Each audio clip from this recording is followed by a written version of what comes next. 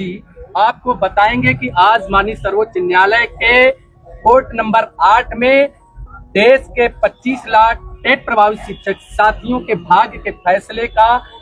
जो दिन था उसमें क्या हुआ वो आपको बता रहे हैं हमारे आज जो है 2 बजे आज कोर्ट में जो एक डिसीजन था 1 सितंबर का, उस पे हमने सारे शिक्षकों के तरफ से जो रिव्यू पिटीशन डाले थे उन रिव्यू पिटीशन का सुनवाई था 2 बजे। इस हियरिंग स्पेशल इसलिए था कि ये ओपन कोर्ट हियरिंग था। सुप्रीम कोर्ट में जो रिव्यू पिटीशन होते हैं ये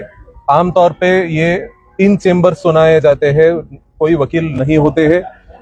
बस वो रिव्यू पिटीशन देख के या पिटीशन में जो ग्राउंड, पर इस पिटीशन में कोर्ट को ये लगा कि इसमें कुछ दम है या इन पिटीशंस में कुछ ऐसे पॉइंट्स है जिसको ओपन कोर्ट में डिटेल में कंसिडर किया जाए। इस कारण से उन्होंने ओपन कोर्ट हियरिंग के लिए इन सारे पिटीशंस को लिस्ट किया। जब ये लिस्ट हुए थे, इस देश के सारे जो सीनियर एडवोकेट्स हैं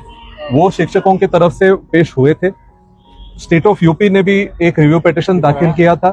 उनके तरफ से additional solicitor general Vikramjit Banerjee थे और अभिषेक मनु सिंघवी जी थे, अमित कुमार सिंह एंड अदर्स नाम के पिटीशन से,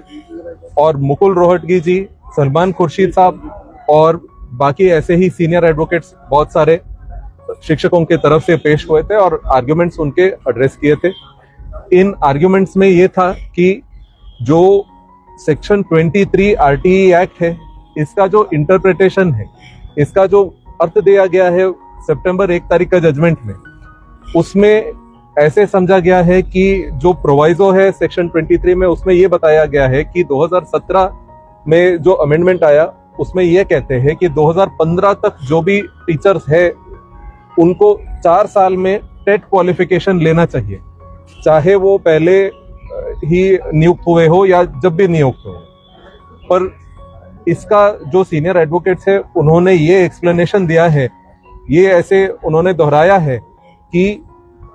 2010 तक जो नियुक्त हुए हैं उन पे कोई टेट का अनिवार्यता लागू नहीं था और 2010 से 2015 तक जो नियुक्त हुए हैं उनके लिए ही बनता है कि वो 2017 से 4 साल बाद इस टेट क्वालिफिकेशन को क्लियर करें। दूसरा हमने ये भी दिखाया था कि एनसीटीई एक्ट जो 2012 में अमेंड हुआ, उस 2012 के अमेंडमेंट में भी यही था कि जो मिनिमम क्वालिफिकेशन एनसीटीई के द्वारा दिया जा रहा है वो 2012 में जो नियुक्त होते हैं और 2012 के बाद जो नियुक्त होते हैं उन्हीं पे लागू है और ना कि 2012 से पहले नियुक्त होने वालों पे लागू। और अगर फिर भी करना ही हो तो बस उन्हीं पे किया जा सकता है। ये सिंघवी साहब ने ये पॉइंट रखा कि अगर करना ही हो कि 2012 का जो अमेंडमेंट आता है और 2017 का जो अमेंडमेंट आता है इसको लागू करना ही हो तो बस उन्हीं पे किया जा सकता है। जो 2010 और 2012 के बीच में जो नियुक्त होते हैं या 2010 से 2017 तक जो नियुक्त होते हैं उन्हीं पे किया जा सकता है। ये सारे अंशों को कोर्ट ने नोट कर लिया है, उन्होंने उनके परिगणना में ले लिया है और इन सबको वो कंसिडर करके सोच समझ के जजमेंट देंगे। अभी जजमेंट रिजर्व किया गया है, जब वो जजमेंट आएगा तो हमें पता चलेगा कि क्या क्या हो सकता है। और इस बीच में कुछ ऐसे भी पॉइंट्स आए हैं वेस्ट बंगाल के तरफ से और कुछ और स्टेट्स के तरफ से कि जो 2 साल का जो टाइम दिया हुआ है वो टेट परीक्षा कंडक्ट करने के लिए उनको थोड़ा और टाइम चाहिए, तो उन्होंने मांगा है कि 2 साल से ये टाइम को 4 साल में एक्सटेंड किया जाए।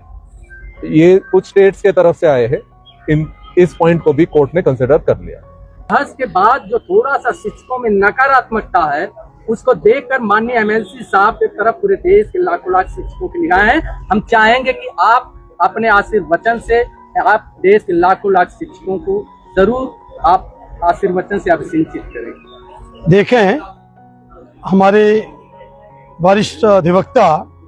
आदरणीय सिंघवी साहब ने कोर्ट में स्पष्ट कर दिया कि 2010 के पहले जो टीचर नियुक्त हैं उस समय आरटीई एक्ट अस्तित्व में नहीं था, वे इस फैसले से आच्छादित नहीं होते हैं, उन्हें टेट अनिवार्यता से बाहर रखा जाए। कोर्ट ने इस बात को गंभीरता से लिया है और मुझे पूरा विश्वास है कि आरटी एक्ट के अस्तित्व में आने से पहले जो हमारे शिक्षक साथी हैं उन्हें टेट अनिवार्यता से छूट मिलेगी। कोर्ट में सारे तथ्य वरिष्ठ अधिवक्ताओं ने, आदरणीय सिंघवी साहब ने, आदरणीय मुकुल रोहतगी साहब ने, आदरणीय सलमान खुर्शीद ने और सभी वरिष्ठ अधिवक्ताओं ने रखा है। यूपी के एडिशनल एडवोकेट सॉलिसिटर जनरल ने विक्रम बनर्जी ने रखा है। मुझे पूरा विश्वास है कि टीटी एक्ट अस्तित्व में आने से पहले जो हमारे शिक्षक साथी प्रचलित नियमों के तहत नियुक्त हुए थे उन्हें टेट अनिवार्यता से छूट अवश्य मिलेगी।